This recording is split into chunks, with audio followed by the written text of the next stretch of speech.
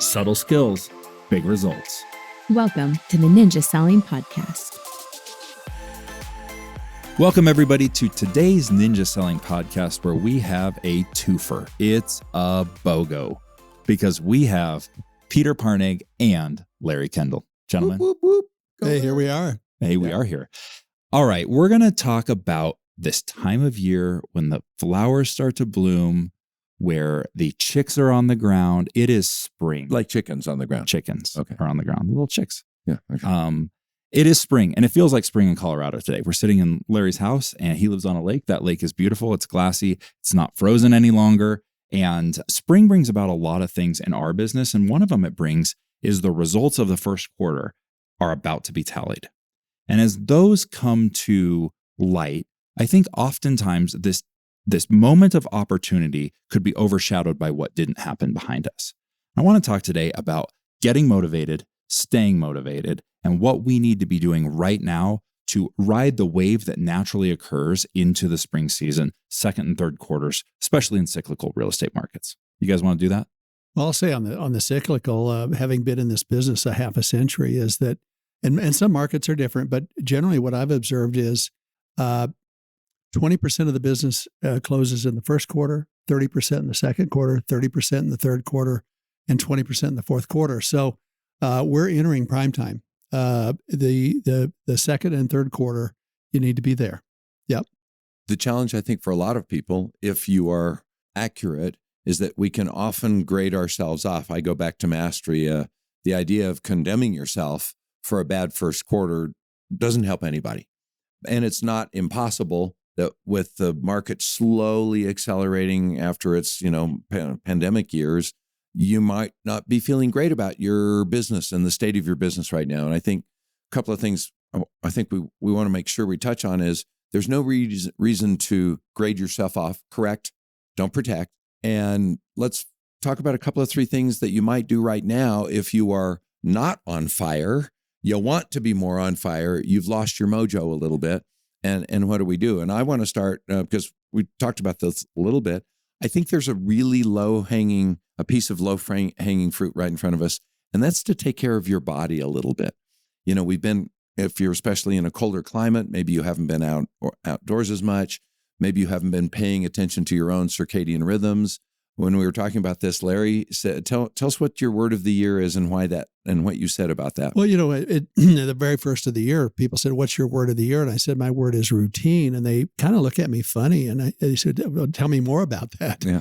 And I said, "Well, what I know is if I just stick with my routine, if I get my sleep, if I eat right, if I go through my activities that I've set up for myself that will lead to the results that I'm looking for, if I just stay on my routine."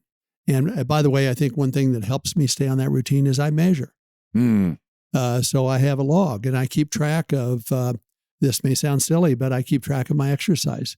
And I keep track of, did I get 8 hours last night of sleep? Write down to how many notes I write, and, all the Ninja 9 type stuff. And I know that if I do my routine, it'll all work out. If you wear any kind of a tracking device, I came back from the airport from an installation last night, and I was listening to a person on the power of keeping a healthy gut, how that influences your mood. And the idea here of, they were talking about people who've lived over 100, and the idea of not a flat walk, but some sort of consistent number of steps, putting your body under stress. And they talked about an area, I think it's in maybe Caledonia, I don't remember. But on average, they walk 20 minutes a day uphill. And that alone is one of the giant predictors of longevity, which takes us to as simple as, did you get your heart rate up today? Yeah. Yeah. I think it's interesting to hear you guys talk about this, because it brings to light the end of hibernation to me. Bingo. Right? That it's time for the bears to crawl out of the caves and start wandering around again. The only difference is, instead of not eating from Thanksgiving to now, we've overeaten. So we're in reverse of the hibernation. Yeah. And we're coming out. We need to be hungry. Yeah. Larry, another thing that came up for me as I listened to you was, you are one of the most routine-based people I know, yet your word of the year is routine. the tracking, I know that's real. I've been upstairs in your house. You have a 3-ring binder where you track every day your push-ups, sit-ups, sleep. Nobody's checking that, right? This is about you being accountable to yourself and yourself only. I don't think Pat often checks how many sit-ups you did that day. No, and you can create little ways to cheat or ways to really not cheating. It's a reward system. Example: when you look upstairs there, you see my exercise bike. So in the winter when I can't ride outside, one of my routines in the morning is that I love to read the Wall Street Journal, and so I read the Wall Street Journal on my bike, and it takes me 30 minutes. So I have 30 minutes of aerobic exercise while I'm reading the Wall Street Journal, and I will not allow myself to read the Wall Street Journal unless I'm on my bike. Oh, interesting. So for me to have the reward of doing the one newspaper that I enjoy reading, there's exercise tied to it. So if you can tie a reward to the routine, whether it's measuring it, writing it down, you get a little adrenaline hit or oxytocin hit when you feel good vibe when you log in that you rode a certain number of minutes or miles. That's great. But if you can also tie another reward to that, such as in my case, the reading, that helps you stay on track. I have all these little systems in place to try to keep me on routine. 2 comments on that. I'm not a cyclist as you are. Long aerobic exercise never has been something that excited me. I love to ski.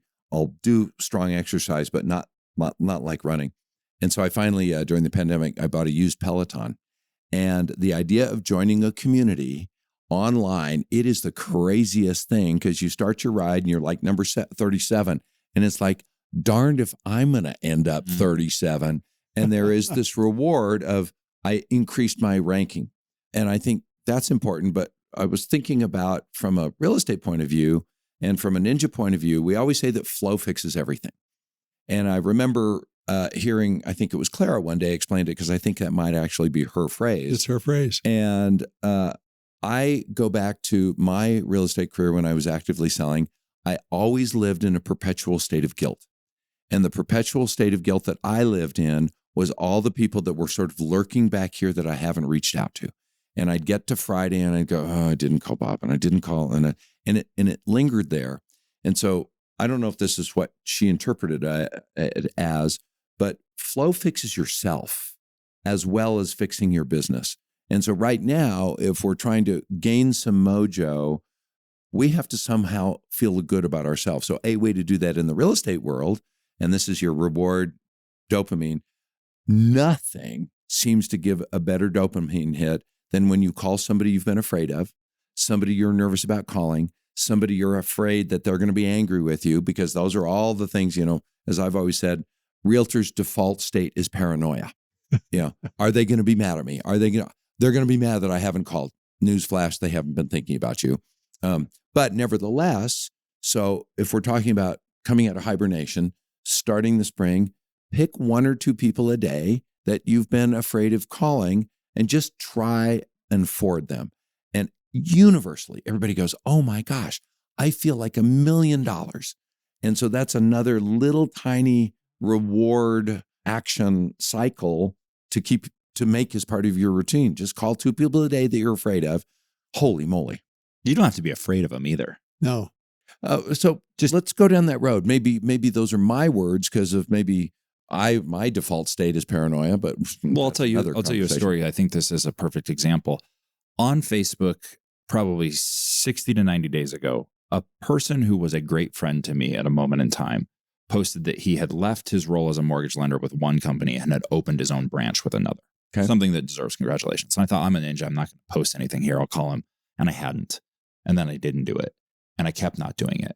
And it was last week when I picked up the phone and I said, hey, I've thought about this so many times. And I'm not going to let today end without calling you, man. And I have to say congratulations. The paint is dry on the walls. Like, you probably got business cards by now, and I should have called you a long time ago, but hey, congratulations. And he was like, yeah, thank you so much. There wasn't ecstatic. There was no, damn it, you didn't call me 3 months ago. And I think we've been doing this 20 years in the installations. Not one person has yet walked in who called that person and they said, Larry, I really don't like you. I really wished you hadn't called. You've ruined my day. Not once, in thousands of calls. It's an inside job, right? Yep. Yeah. We were joking earlier about one of my longtime partners at the group, and how when he came out of his first ninja class, he says, Larry, this is so simple. Just call him. In fact, I'm going to write a book, and that's going to be the title of the book, Just Call Him. Just call him. And the first chapter will be Just Call Him. And I said, well, that's great, Bob. What's the second chapter? He says, I don't have the second chapter yet. I'll have to get back to you on that. At the end of the day, he comes up to me and says, I got my second chapter. And I says, well, what is it? He says, just call him back. He says, we make this business way too hard. Oh my gosh. Yeah. We're good at that. Yeah. Your experience is universal. We build up guilt. We build up, whether it's fear or guilt or anxiety or who knows what it is, maybe some neurodiversity that you're afraid, but universally the experience is positive. And so maybe part of it, to bring it down to, I'm going to ride my bike and I'm going to read the Wall Street Journal and I'll feel better, is every day, just the tiny thing. You don't have to do 10 push-ups. Just make one of those calls a day. And oh my gosh, the dopamine will, pretty soon you'll make 2. Yeah. Wait a second. Then pretty soon you'll be doing 50 a week. Woo! So if I heard you right, Mojo, you use the term Mojo, which is an awesome term. Mojo or momentum is not an explosive reaction to a moment in time, but it's something that's built gradually based upon small compounding habits. Sounds like I think you're onto something. Yeah. Yeah. Let's every domino 1.5 times. It starts with a little one, and then Mojo momentum happens. Momentum is a flywheel. All right. Yeah. So you fall off the path, right? That's where you are at this moment in time, or that's something that's inevitably going to happen because this does have ebb and flow to it. Right. How do you get your momentum back? Well, I think you need to reconnect with your why or your goals. There's a book called The Gap and the Gain. The gap is the difference between where you are and where you want to be. And maybe you need to revisit that gap and recommit to the gap or recommit to the goal. And that then will cause you to get your mojo and to get back on track and get back to your routine and so on. The other side of that is the gain, which is the appreciation for how far you've come. We call that gratitude. They're both critically important. The gratitude part, don't beat yourself up because you are behind. Give thanks for how far you've come, and recommit to how far you want to go or where you want to go next. In The Slight Edge, Jeff Olson always says, or doesn't always say, he says that if I look at the path to the moon of a moon rocket, it is off course 97% of the time. And I think the idea and the grace, because one thing I've watched, sometimes even myself, when it feels like I've fallen completely off the wagon, instead of reconnecting with my why, I just lower my standards. Mm-hmm. And I go, well, maybe I was just unreasonable, or maybe that was too big. And actually this week, a lady came up and she talked to me about her goal card. And she said, I know that goal is unreasonable. And I hit the brakes right away. And we have a slide now about unintended affirmations. And maybe one of the things to pay attention to right now, especially, is what kind of messaging you are accidentally giving yourself, which could be, well, there's not many new listings, and, the buyers, there's interest rates, and you can do it accidentally, but if you say it enough times, you believe it. And now reconnecting to your gap, you've lowered the gap so that you feel comfortable in your current mediocrity. And I think that would be an important thing right now to pay attention to, see if you've maybe even slipped in your aspiration because you don't believe somehow, and you've reprogrammed yourself to go, maybe I just can't do that. And that would be at least worth a little check-in. Let's apply that to your business plan for the year. Larry quoted that 20% of the transactions close in the first quarter. Is that what you said? Yeah. Okay. So in theory, you have 80% in front of you. You do. In theory, if you're a large pool statistician, you would say the average real estate agent has to have 20% of their business closed. And let's say you don't. You're in the group that doesn't have that. Which would be 80% probably. Yeah. What do you do? Because what Peter told us not to do is adjust the goal downward, or tell ourselves about what we did wrong. So what do you do? I would magnify your activities. Double down on the Ninja 9. Don't write 2 notes a day, write 4. Don't do 5 text messages a day, do 10. Don't do 2 real estate reviews a week, do 4. Can I ask you a question? Nobody that I know who's actually doing the Ninja 9, not the Ninja 5.2, who's doing it as it correctly, very few need to double down. All they need to do is do it. Do it. And I think that's the, if you were to be intentional about keeping records, and if you're not, for example, if you decided not to use the Ninja Planner this year, what you might say on April 1st, because this will be, why don't I just start doing that? Tommy Hopkins, my very first trainer, you remember him, as like 1979. Oh, yeah. He said, and I didn't get it at the time, he said, poor records are robbing you of your success. Mm. And I thought he was talking about, keeping my files of my real estate transactions. I said, no. If you don't track your activities, you have no idea. And here's the key that I didn't realize. You don't know, sometimes you're doing more than you think you should. So your sense of inadequacy and guilt is unfounded. But if you'll get the data, oh man, everything is revealed instantly. So maybe one of the places you start right now is, let's just agree to, for the month of April, let's capture some data. That'd be a great start. Peter, that's exactly right. It reminds me, I was just listening, again, I read this book a while back, but I was listening to Brian Tracy has a book called Sales Management. And he shares in there a study of, I think it was 10,000 salespeople in 20 countries as to what was it, the keys to success. And they boiled it down to 3 things. Number 1 was a defined set of goals and activities to achieve those goals. Number 2, continuous measurement of those activities. And number 3, rewarding yourself when you complete the activities. And what they found was every salesperson, regardless of the industry they were in, regardless of the country they were in, if they did those 3 things, they were successful. So my word of the year is commit. And I have a loose relationship with food management. That was cleverly disguised, right? And I've been around some coaches who say, until you really track your macros, you will never, ever, ever be able to get your body fat where you want it. And my goal this year, and just I think I said it, is I want to get under 10%. I've never had that part of it. 6-pack abs, I remember it. Let's just call it what it is. It's vanity in a bucket here. I want to be able to take my shirt off this summer. And so, I got a meal plan, and it's 2,150 calories and X number of protein. And I did it for about 8 or 9 days. It was fantastic. It worked perfectly. So I quit doing it. It's my favorite joke of realtors. It's working great. So I stopped. But it's also real. It's so real. So I think, hard not to laugh, but it is the human condition. So I think that loops back to don't condemn yourself. Yeah. Because it's like, I got off the road last night. I'm going to start it today. And it's like, oh, wow. And so maybe one of the things you do is you go back and say, where am I weak at knowing exactly what my metrics are? Which gets us back to the Ninja 9.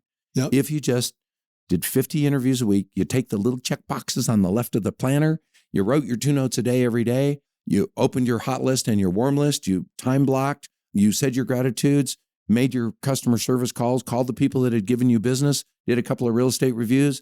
Holy moly. Yeah. And habit number 9. Update your database and look for property matches. Thank you. Yep. I was waiting for you. God, way to go. That was awesome. It's the most often missed one. Yep. And updating your database, whether that database is a robust CRM system that you have built out to automate the world, or it's a scratch pad that you keep in your desk drawer, whatever your database is the source of your warm list, and your warm list fuels your business. Tying into habit number 9, which I agree with Rob, that's the one that often is overlooked. Oh yeah, update your database. Yeah, whatever. But I like, and he was on a podcast, Joe Robert. Mm-hmm. And when he does that, he has what he calls matching Mondays. And that magic question, if you could wave a magic wand to live anywhere, where would that be? He knows everybody's dream home. And if that dream home comes on the market, he matches that every Monday. And he sends them the information on that home. And the number of transactions that has created is off the chart.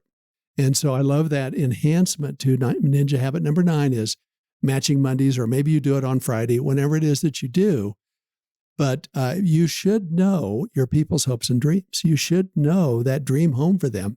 And when that home or a home like that hits the market, you should let them know that. Talk about a and dream have a set time moment to do that. Well, for a ninja. Well, and there's two things that have really clicked.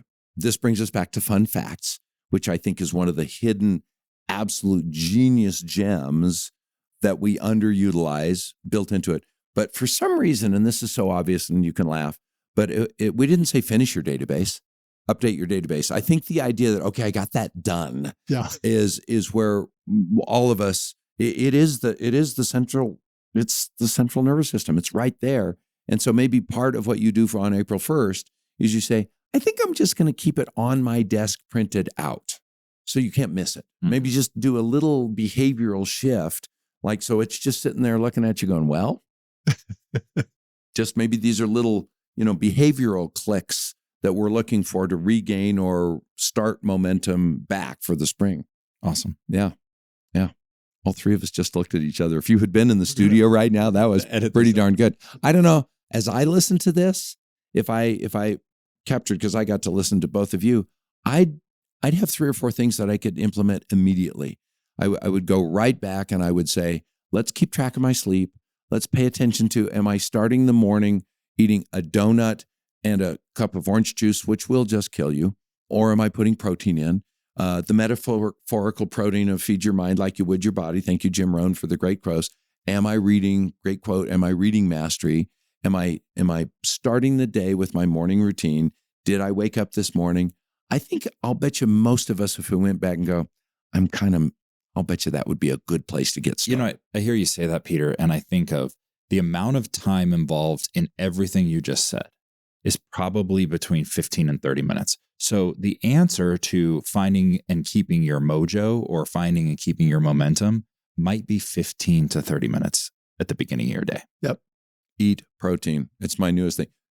Quit, and metaphorically, give myself something that will energize me. Don't get distracted. Stay on my agenda. That goes such a long way to getting the day going. I know you should see Larry smile right now. It's just fantastic. I feel like I kind of feel inspired myself is the point. I'm like, oh man, I'm going to turn it up right now and pay a little bit more attention to my morning routine and get a little bit more focused and find the little nicks or the little slippages.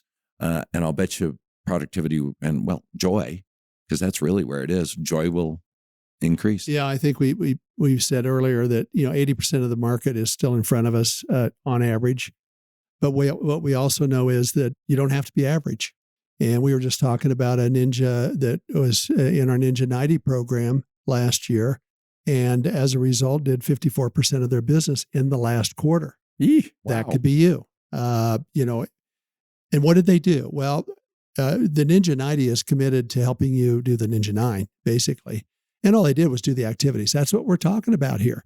If you do the activities, the results take care of themselves. There it is. This stuff works. Ninja in a nutshell. Ninja in a nutshell, yeah. Work the system and the system will work for you. Gentlemen, thank you so much for being here. No, it's fantastic. Thanks, Thanks as always. Yeah, thank you. What an honor to get to sit with the two of you. I kind of feel like, whoa, it was my lucky day.